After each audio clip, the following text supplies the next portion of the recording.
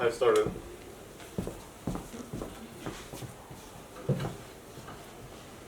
Hello everyone, my name is Maranda Sirbu and I'm here with my colleague Andrei and with our guest Selena. And you're watching Student TV, which is a program founded by the Global Confederation of Romanian Students. Selena, could you please introduce yourself and tell our viewers some things about you so they get to know you better? Okay.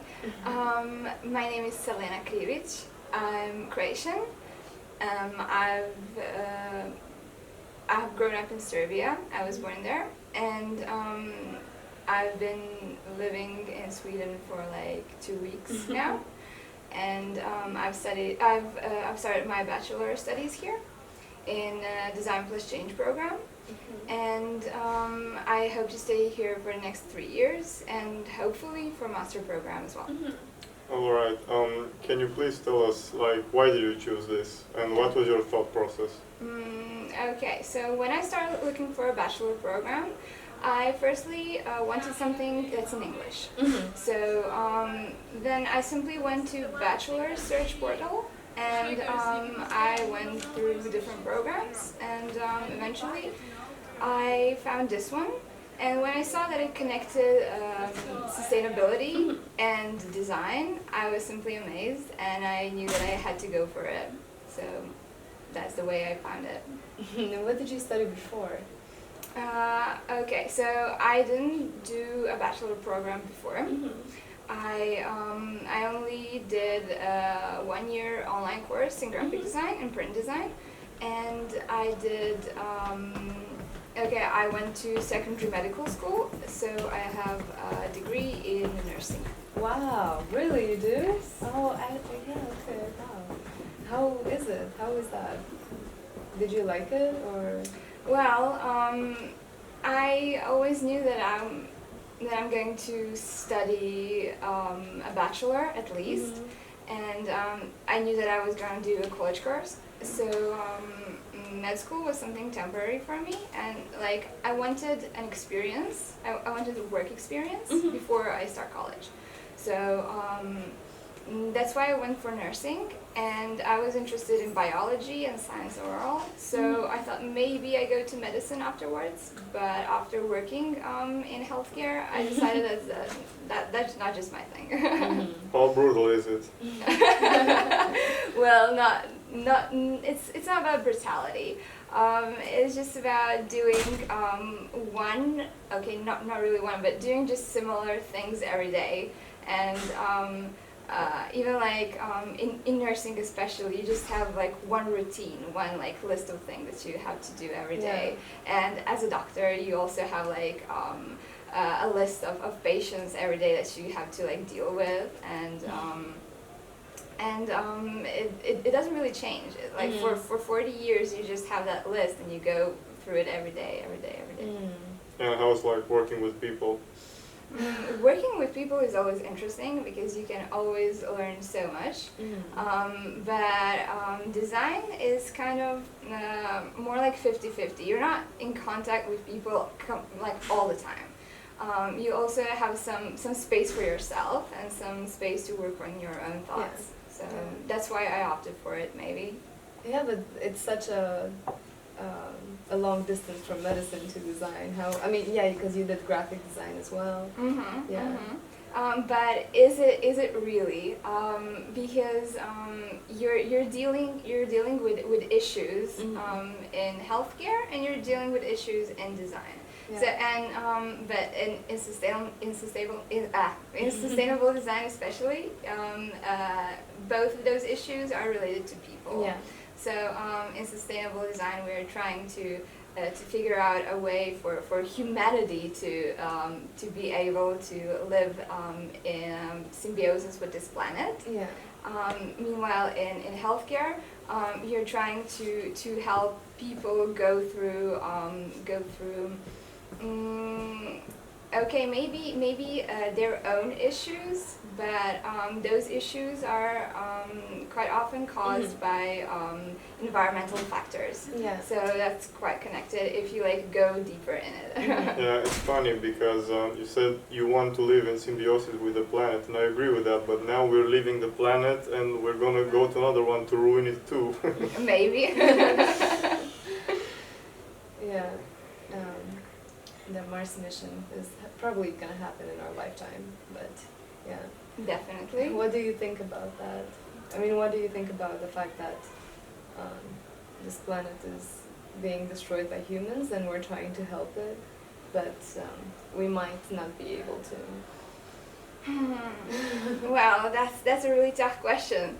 I mean, the whole humanity is trying to answer that question right now.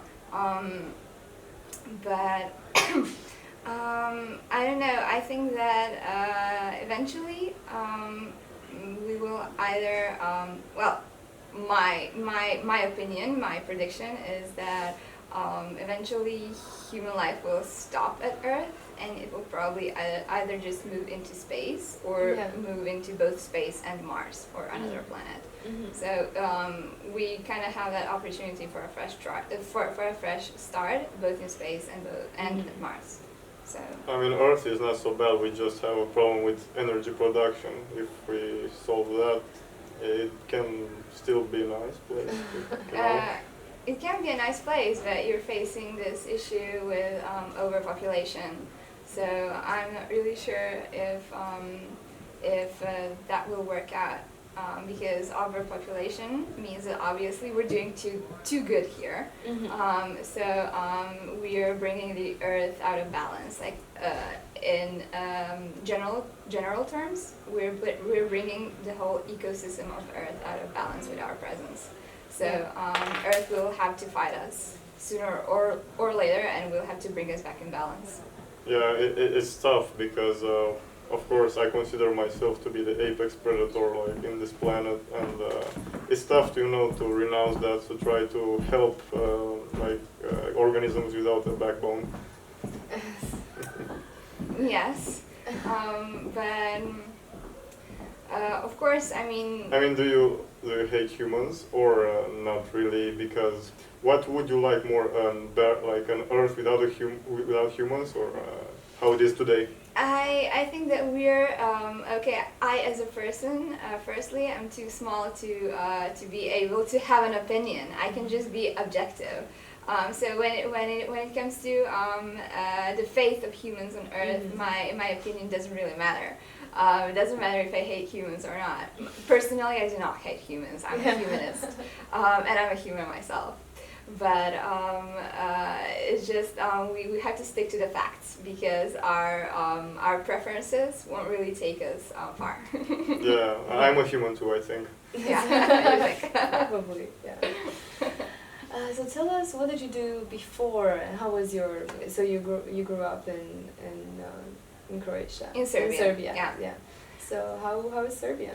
Okay, so growing up in Serbia was quite challenging, because I'm from a mixed marriage. So my father and my father's family, they're all Croatian, and my mom is Serbian. We faced a civil war in 90s, and that was really a terrible experience. And I was born during that war, and I grew up in the post-war era. So we faced huge financial struggles, and not just financial. I'd say that there were even more cultural struggles than financial, because as a kid I do not remember a moment where there was no food for me. I just remember moments when there was a lot of exclusion, there was a lot of hatred, a lot of pressure in society, and there was it felt like there was a black hole when where like all the cultural all the fruits of culture that were like there at the end of 80s were just swallowed, and they disappeared, like a huge crisis of morality. I think like the whole Balkan maybe faced that during the 90s. I'm not sure. But I did see things change to better over like almost like 20 years that I spent in Serbia intensively. I saw things change to better, but it's far from perfect right now, and I see so many people, friends, family leave, and they just gave up on living there, and they're looking for better life somewhere else. Yeah. As far as I know, the conflict hasn't really didn't get resolved. No. I mean, Kosovo is still a disputed nation. Do you think something will happen, or it will stay stuck in time forever? Okay, so there are many political factors there, but the truth is that we have to face is that Kosovo is independent, basically.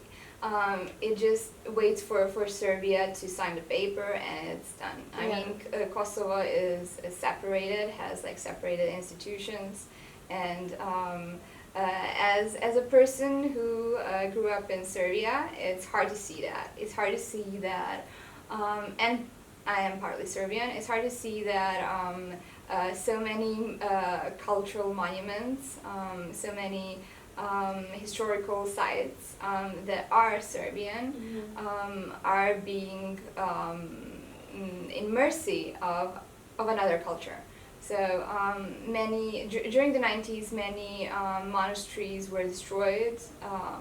Monasteries that were like hundreds of years old, they were destroyed and burned down, and there were many crimes at Kosovo committed. Well, not. It was simply a war. Civilians against civilians, military against civilians. It was really a mixed scene when it comes to crime, when it comes to violence. But I don't know. Maybe Serbs and Albanians come to a solution when it comes to Kosovo. Maybe it stays a part of Serbia. I don't know that. I can't know that.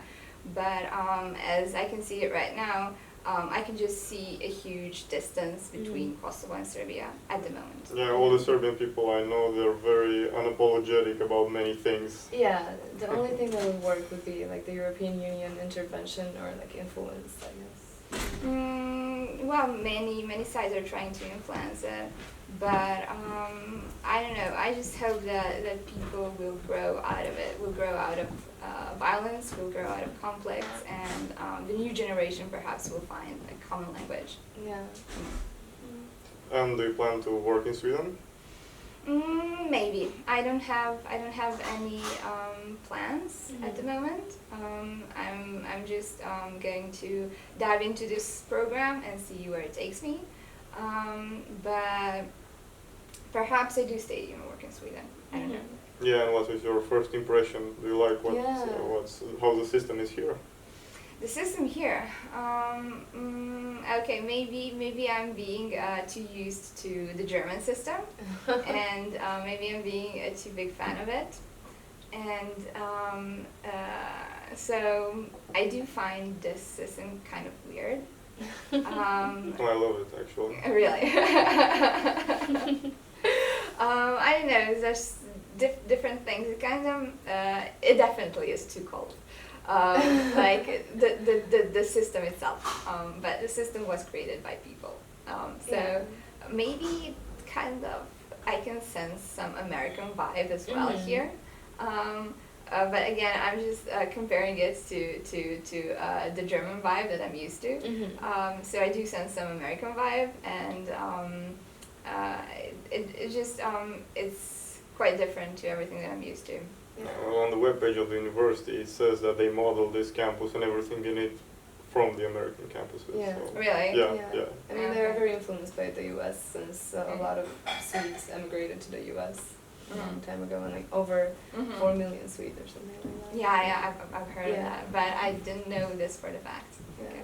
There's this thing in Sweden, Taco Fridays, Mhm. which is definitely an American thing. Mhm. Yeah. Mhm. Sorry, what did you ask? Oh, I was just curious, like, what are the things that you perhaps don't like about this system? Because for me, I don't really have that many things to criticize it. The system itself, perhaps the people in the system, is another thing. What I do not like about the system, well, I don't know. Maybe I'm too used to free healthcare, and as a system in Serbia and in Croatia, and it's like healthcare system maybe that I'm used to is kind of more simple. You don't have to like do calls and stuff. You can just jump in, and so maybe like healthcare system is kind of confusing for me. And also the thing I don't like, I mean nobody likes that, is the system with renting apartments around here on the campus. Yeah. So yeah, that's kind of complicated, and for me as an international student, like somebody who comes from like 2,000 kilometers away, Yeah. and to find a place to stay here was such a challenge. Yeah. For me, it was really easy. We and all envy you. Yeah, everyone envies me because I was very lucky. Like, I can't believe how lucky I was. I just posted, I created a Facebook account for this specific goal, and I posted on one of the flatmates rent group, and a girl just contacted me, and now I live with her like in the same day. Yeah, So- you're so lucky. But no interview, no waiting list, no nothing. Yeah, So- and I remember I fiercely was searching for a room, and I got like a 7 square meter room, and I was like living like Harry Potter under the staircase for 1 year. So yeah, Yeah. but the real estate market in Yeah. Sweden is a disaster. Up until last year, the prices were rising like 10% Yeah. year over year average. It's very expensive. And it just now stopped, and because Sweden got orders from the EU to deregulate the market, it was that bad. Sometimes too many rules from the government Yeah. creates Yeah. something kind of bad. Yeah. That's true. Like there are people that are actually leaving the big cities because they can't find Yeah. anything. Well, maybe that's simply the law the law of nature in practice. I mean, only the strongest survive. The strongest who are able to find a flat. Yeah. Yeah. But you also talked about the German system. So you also lived in Germany? I lived in Germany for a couple of months. I can't remember, like 5 months.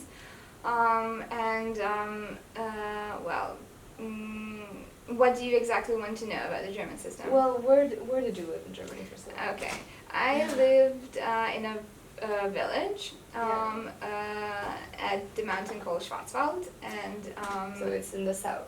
it's in the south of Yeah. Germany, near Stuttgart. Oh, and, really? Yeah, and near Strasbourg. Okay. So I lived there for for 5 months, and I stayed in a flat that was owned by the company I worked for.